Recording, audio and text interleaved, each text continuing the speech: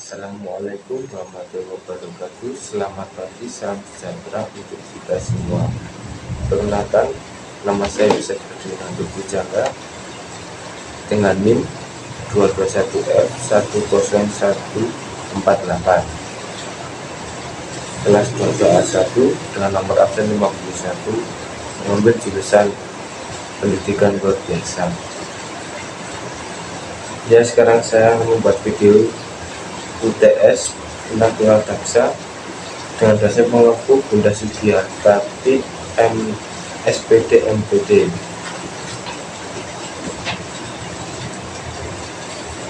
Tunadaksa, apa itu tunadaksa? Tuna menurut KBBI atau Kamus Besar Bahasa Indonesia, dia yang pertama itu luka atau rusak, yang kedua kurang atau tidak memiliki. Sedangkan daksa menurut Kamus Besar Bahasa Indonesia artinya 1 fisik, 2 badan, dan ketiga tubuh. Tunadaksa adalah suatu kondisi di mana terjadi ketidakmampuan anggota tubuh untuk melaksanakan fungsinya yang disebabkan kelainan atau masalah sistem otot, tulang, atau persendian, sehingga mengakibatkan gangguan koordinasi, komunikasi, adaptasi, mobilisasi, dan perkembangan kebutuhan pribadi. Kelainan yang terjadi dapat disebabkan oleh penyakit, luka akibat kecelakaan, atau pertumbuhan tidak sempurna pembawaan jejak kaki. Seseorang yang menyandang tunadaksa membutuhkan rehabilitasi sebagai sarana pemulihan fisik tubuh yang diakibatkan kerusakan atau gangguan pada tulang dan otot. Selain tempat untuk rehabilitasi secara fisik, rehabilitasi secara mental juga penting dengan memotivasi mereka agar dapat bersosialisasi antar sesama penyandang masalah fisik dan masyarakat sekitar. Hal ini diharapkan menciptakan rasa percaya diri dan kesejahteraan hidup bermasyarakat. Berikut definisi pengertian tunadaksa dari beberapa sumber. Yang pertama, menurut Semantri tahun 2006, tunadaksa adalah suatu keadaan rusak atau terganggu sebagai akibat gangguan bentuk atau hambatan pada tulang otot dan sendi dalam fungsinya yang disebabkan oleh penyakit, kecelakaan, atau juga dapat disebabkan oleh bawaan secara alami. Yang kedua, menurut Effendi 2008, tunadaksa adalah ketidakmampuan anggota tubuh untuk melaksanakan fungsinya disebabkan oleh berkurangnya kemampuan anggota tubuh untuk melaksanakan fungsi secara normal akibat luka, penyakit, atau pertumbuhan yang tidak sempurna. Ketiga, menurut Hikmawati 2011, tunadaksa adalah seseorang yang mempunyai kelainan tubuh pada alat gerak yang meliputi tulang, otot, dan persendian tidak baik dalam struktur atau fungsinya yang dapat mengganggu atau merupakan rintangan dan hambatan baginya untuk melakukan kegiatan secara layak. Lalu yang keempat, menurut Karyana dan Widianti pada tahun 2013, tunadaksa adalah penyandang bentuk kelainan atau kecacatan pada sistem otot, tulang, dan persendian yang dapat mengakibatkan gangguan koordinasi, komunikasi, adaptasi, mobilisasi, dan gangguan perkembangan kebutuhan pribadi.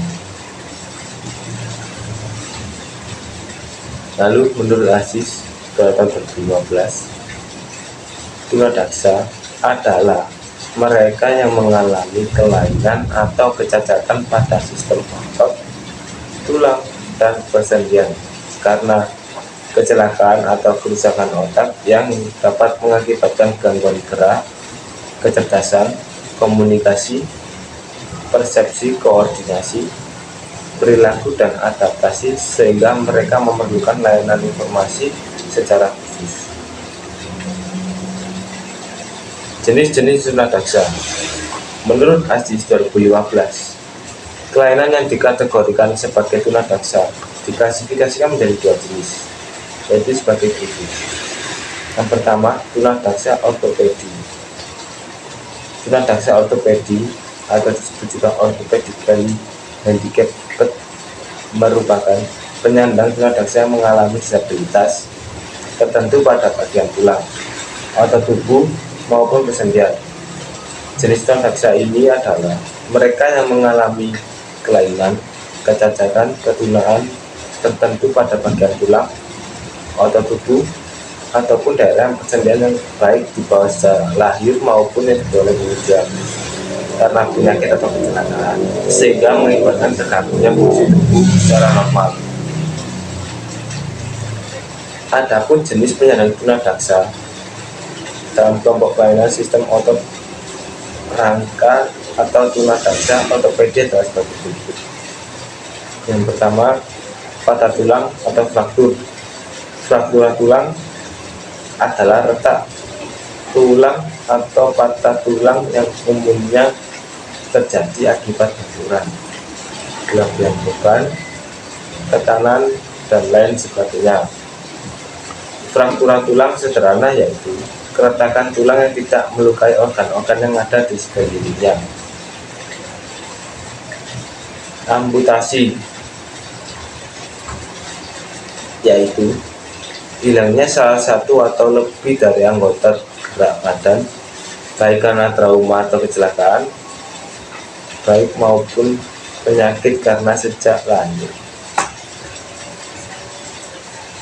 Dislokasi sendi yaitu gangguan pada sendi akibat terjadinya pergeseran sendi dari kedudukan awal. Tulang belakang bengkok ke depan, kifosis, ke belakang, lordosis, dan ke samping, skoliosis.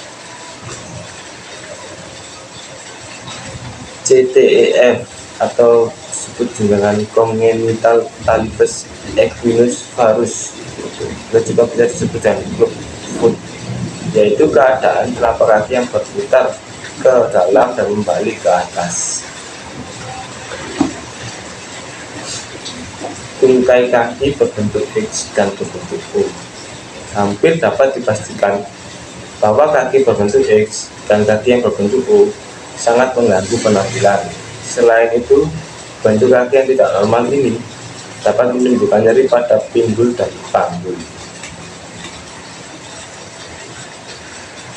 Congenital torticollis. Torticollis menggambarkan posisi abnormal leher. Gangguan torticollis yang paling sering ditemukan adalah congenital muscular torticollis, yaitu kondisi keterbatasan gerakan leher bawaan sejak lahir, di mana anak akan menahan atau memposisikan kepala pada satu sisi dengan dagu menghadap pada sisi berlawanan. Penyebab utamanya biasanya karena pemendekan otot sternocleidomastoidus. Lalu ada arthrogryposis. Arthrogryposis berarti sendi-sendi melengkung. Anak yang memiliki kejadian ini lahir dengan sendi, dagu, dan otot-otot lemah. Posisi lengan atau tungkai kaki yang janggal dapat membuat anak kelihatan seperti boneka kayu atau marionet.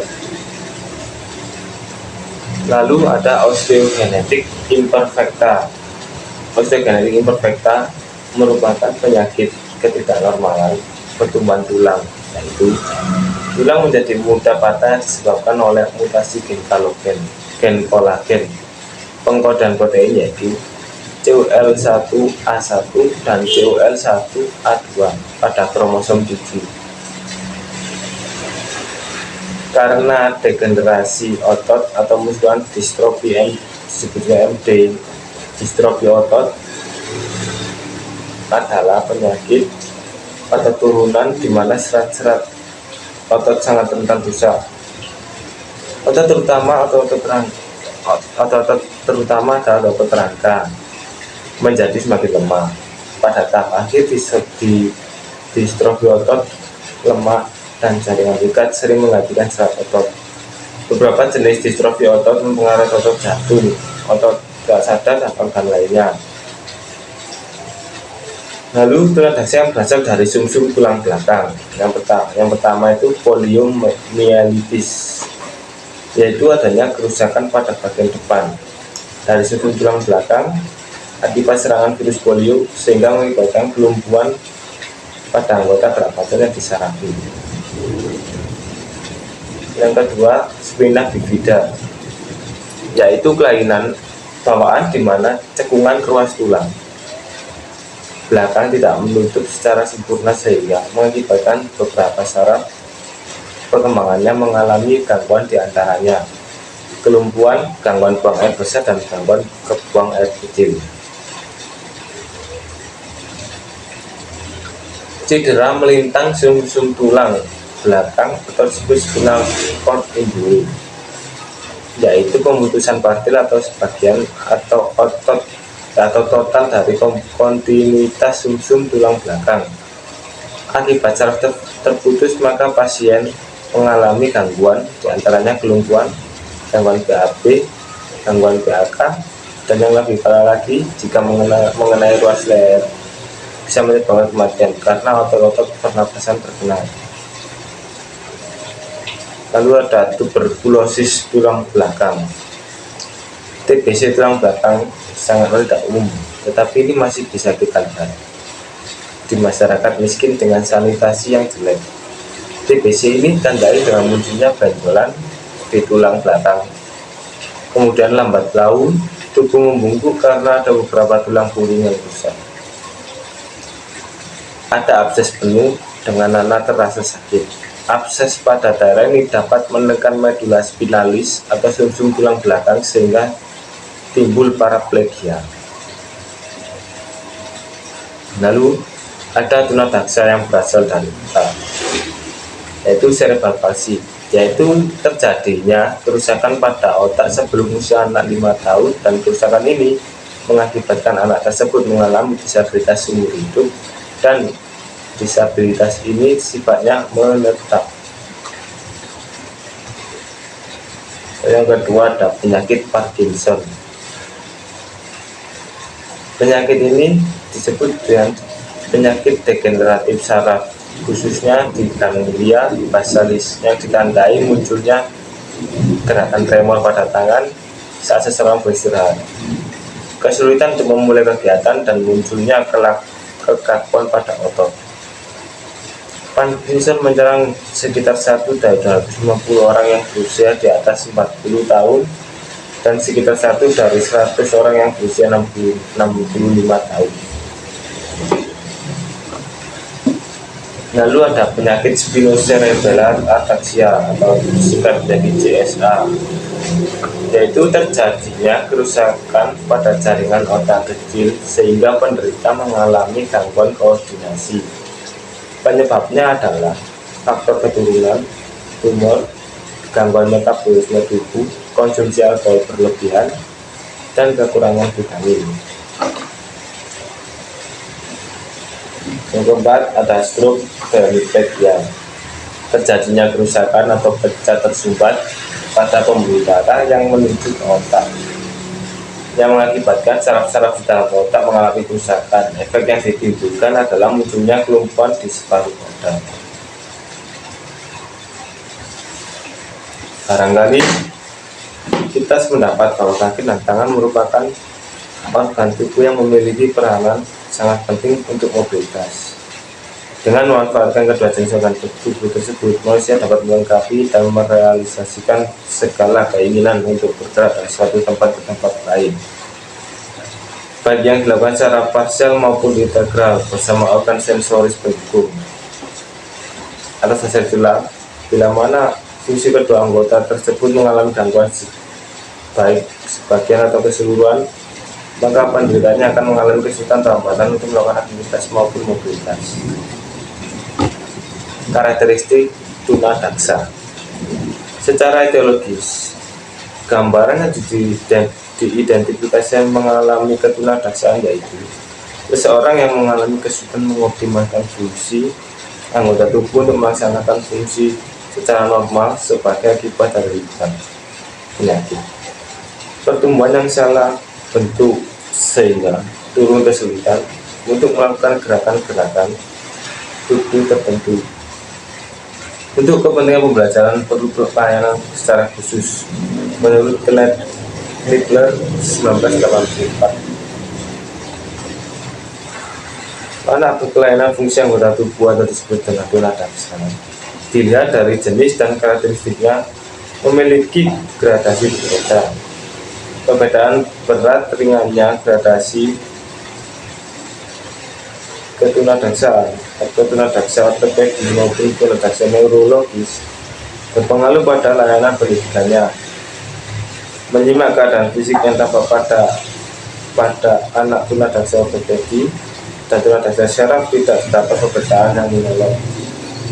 Secara fisik, kedua jenis anak tunadaksa tersebut memiliki kesamaan, terutama pada fungsionalisasi anggota tubuh untuk melakukan mobilitas.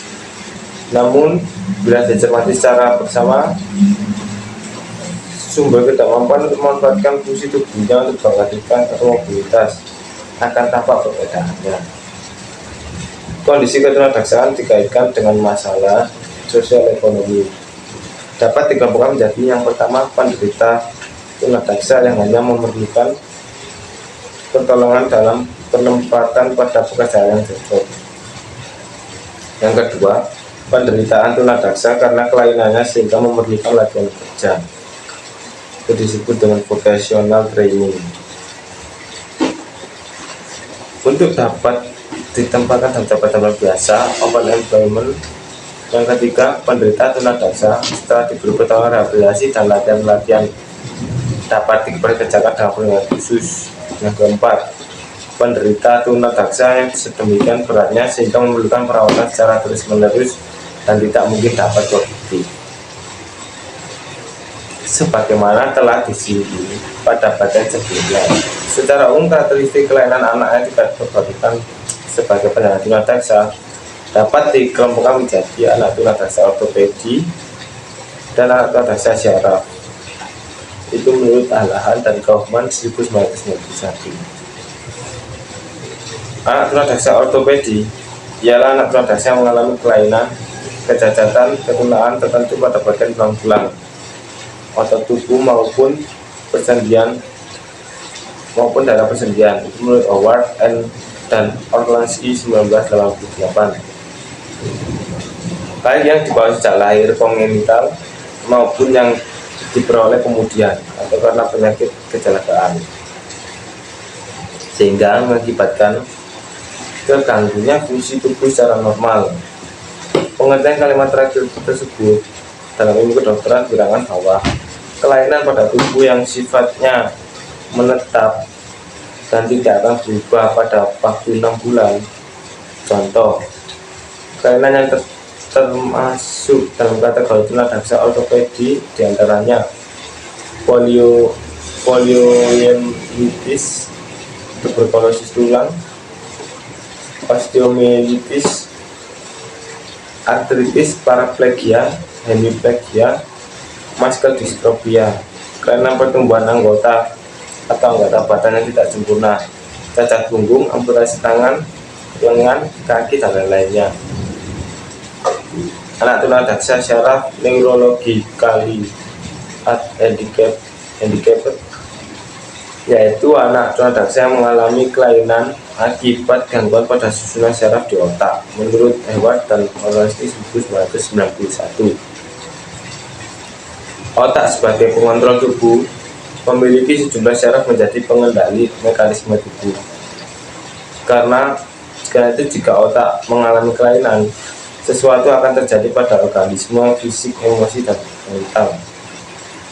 Sebuah eksperimen yang dilakukan Penfield dan Rasmussen dengan menggunakan pengerangsangan listrik dari beberapa bagian otak. Hasilnya, selama manusia dalam kondisi sadar, ternyata mampu menghasilkan gerakan otot pada bagian-bagian tubuh, misalnya rangsangan terhadap daerah pendengaran, menghasilkan nada pendengaran, rangsangan terhadap daerah penglihatan, menimbulkan sensasi warna, bentuk, dan lain-lain. Jika yang dirangsang lobus temporalis akan muncul memori tentang sesuatu situasi yang atau lainnya. Lalu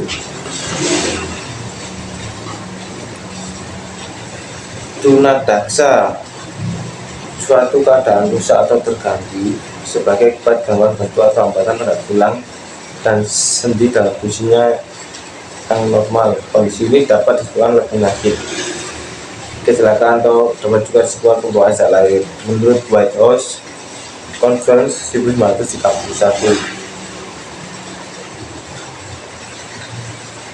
tunadaksa sering juga diartikan sebagai suatu kondisi yang menghambat kegiatan individu sebagai akibat kerusakan atau gangguan pada tulang, otot, sehingga mengurangi kapasitas normal individu untuk mengikuti pendidikan dan untuk berdiri sendiri.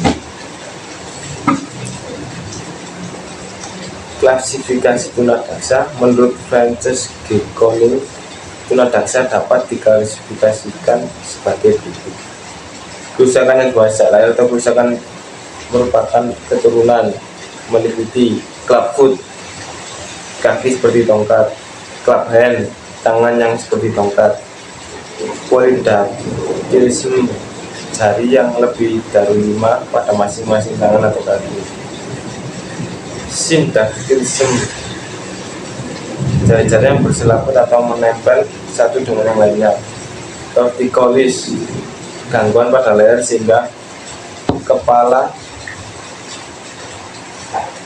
terkulai ke muka; spina bifida, sebagian dari sumsum tulang belakang tidak tertutup; cretinism, kerdil atau katai; microcephalus, kepala yang kecil tidak normal; hydrocephalus, kepala besar karena berisi cairan; Schlecht-Palaat, langit-langit mulut yang berkembang; Herelic, gangguan pada bibir dan mulut; congenital hip dislocation, kelumpuhan pada bagian paha;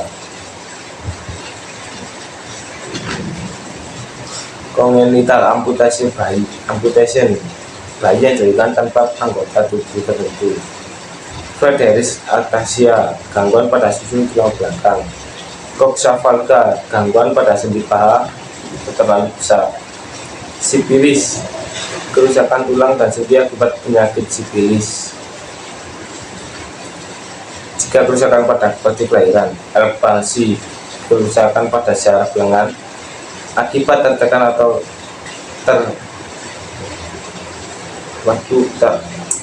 Erbs palsy, kerusakan pada syaraf lengan akibat tertekan waktu kelahiran; fragilitas osium, tulang yang rapuh dan mudah patah; infeksi, tuberkulosis tulang, menyerang sendi paha sehingga menjadi kaku; osteomyelitis, radang di dalam dan di sekeliling susun tulang karena bakteri; tuberkulosis pada lutut atau pada sendi lain. Kondisi traumatik atau kerusakan traumatik: amputasi anggota tubuh dibuang akibat kecelakaan, kecelakaan akibat luka bakar dan pada tulang. Lalu sebab-sebab yang timbul sebelum kelahiran: faktor keturunan, trauma dan infeksi pada waktu kehamilan, usia ibu yang sudah lanjut pada waktu melahirkan anak, kendaraan pada waktu kehamilan, dan keguguran yang dialami oleh ibu. Sebab-sebab yang timbul pada waktu kelahiran: penggunaan alat pembantu kelahiran seperti tang, tabung, vakum, dan lain-lain. Yang kedua, penggunaan obat bius pada waktu kelahiran. Sebab-sebab sesudah kelahiran: yang pertama, infeksi, trauma, tumor, dan kondisi-kondisi lainnya. Lalu perkembangan fisik anak tunadaksa. Secara umum, perkembangan manusia dapat dibedakan dalam aspek psikologis dan fisik. Aspek fisik merupakan potensi yang berkembang dan harus dikembangkan oleh individu. Pada anak tunadaksa, potensi itu tidak butuh karena ada bagian tubuh yang tidak sempurna. Dalam usahanya untuk mengaktualisasikan dirinya secara utuh, ketunadaksaan yang dialami anak tunadaksa biasanya dikompensasikan oleh bagian tubuh yang lain. Misalnya, bila ada kerusakan pada tangan kanan, maka tangan kiri akan lebih berkembang sebagai kompensasi kekurangan yang dialami tangan kanan itu. Namun di samping itu, kerusakan pada salah satu bagian tubuh tidak jarang juga menimbulkan kerusakan pada bagian tubuh lainnya. Jadi sekian dari saya, terima kasih.